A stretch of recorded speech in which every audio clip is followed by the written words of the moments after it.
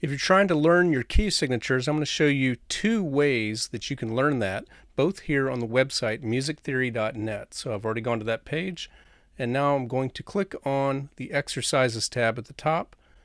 There's actually multiple ways. I believe there's at least 3 ways that you can practice your key signatures here, but I'm going to focus on these 2 exercises at the top, and let's start with the obvious one, key signature identification.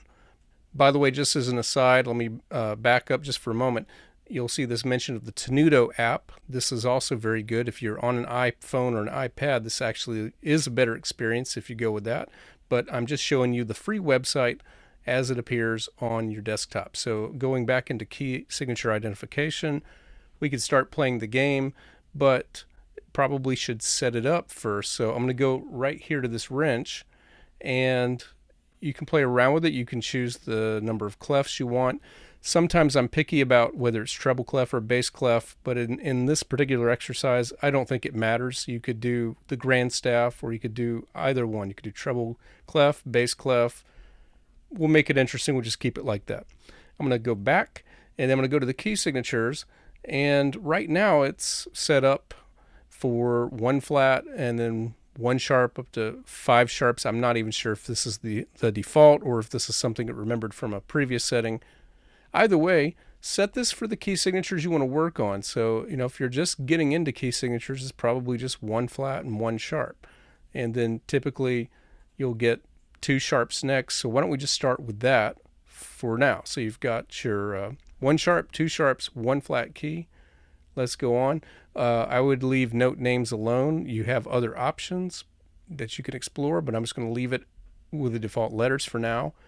And when it comes to scales, we can practice major or minor key signatures. This is what kind of key signatures do you want. Let's stick with basic for now. We'll start with major. And next question, I don't know if there's any advantage to changing this option, but it's default for after the animation. You'll get the next question. And then, of course, with all these, you have a challenge mode where you can set a time limit up to 30 minutes, a question limit up to 100, and you can allow multiple attempts, and you can basically gamify it. All right, so I'm going to go back, and we're able to play this game now. And again, with all of these, you can reset the score at any time. You can also show a timer, although I don't know if I would practice this game for speed so much, and I'll go ahead and reset the score. Anyways, one of the things is they made it really easy because they only gave you the answers to the 4 keys. So I don't know if there's a way to have all these letters show up, but either way, all you have here is you're just naming the key signature. Okay, so that's pretty simple. That's naming the key signature. This actually isn't a problem for most of my students. I think it's kind of easy to a point to memorize that 2 sharps is D major and that 1 flat is F major. But the problem is when you see 2 sharps in a piece, remembering to play the F as a sharp and remembering to play the C as a sharp. So it's what I call the execution or the implementation of the key signature that becomes a problem. So I'm going to back up to this page here, the exercise page. And when I go back to the note identification. Now, if you missed it before, I did a whole tutorial on this very exercise of how to set it up, and I'm going to post this up here at the right as a link that you can click on if you missed that video of how to set it up properly. So I'm going to go ahead and spin ahead and get the settings back to where I would normally have it for a beginner. Before we go on, my name is David Lane. I am a teacher of piano, theory, and composition, and I will be offering you tutorials here regularly on each. So I would love it if you would subscribe and click the notification bell. And if you are liking this at any point, please give a thumbs up on the video. Okay, going on. So I'm going to go to the settings.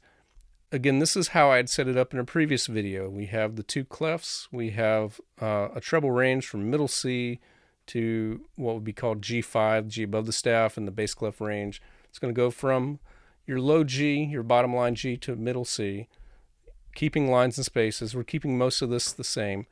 Now, this is default. What I had you change before is that a lot of times you have the accidentals on and the note filter off. And when we were regularly practicing our notes, I would have you turn off the accidentals, and I would have you turn on the note filter, which removes all of the sharps and flats. Okay.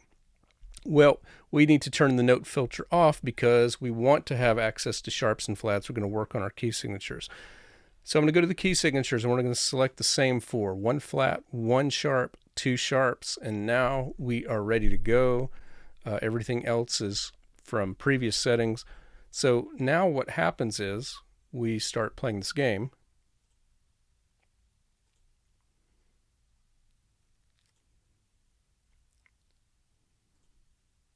And I'm going to rush ahead until I get, okay. So now I get to this choice right here, and my previous questions all involved naturals as answers. So if I say that looks like an F and I click on it, oops, it's red. I have to remember F is sharp according to the key signature, so I have to click the F sharp.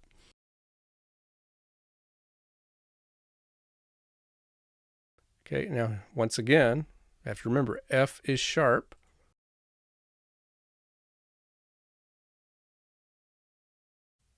And that was good. The previous one was an F natural. Now, what if I say, oh, there's an F again? Nope, F sharp.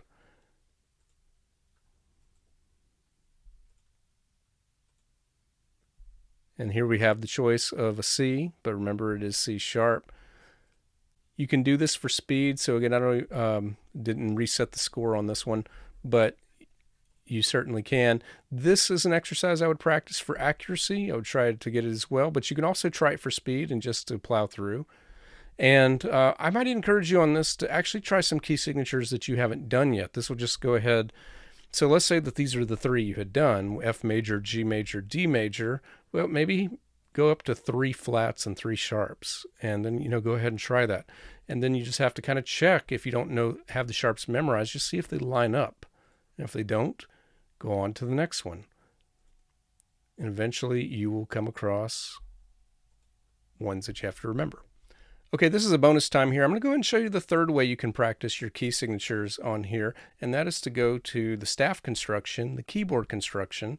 And again, let's go to our settings here and let's work on just the keys that we're practicing. And that's the only setting change you really need to make at the moment. It's what you have here is a blank staff, and they're asking for F major, and you can take this little dot and you can add flats by tracing along the bottom, or add sharps by tracing along the top. So you just take it to the right place, submit your answer, and then on to the next one. And when you're ready, if you feel ambitious, go back to the settings. Let's add some keys to that. So we now have more choices of keys here.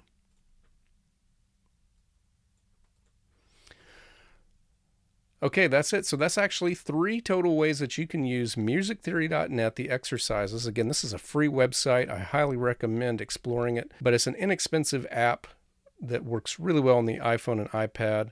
You might want to check that out as well. But use these 3 ways, these 3 different ways of thinking about your key signatures, because the way to get good at something is to not just practice it the same way every time. Okay, again, my name is David Lane. I hope you liked this tutorial. If you did, please give this video a thumbs up, and please make sure that you've subscribed and click the notification bells for more videos like this in the future. Once again, thanks for watching.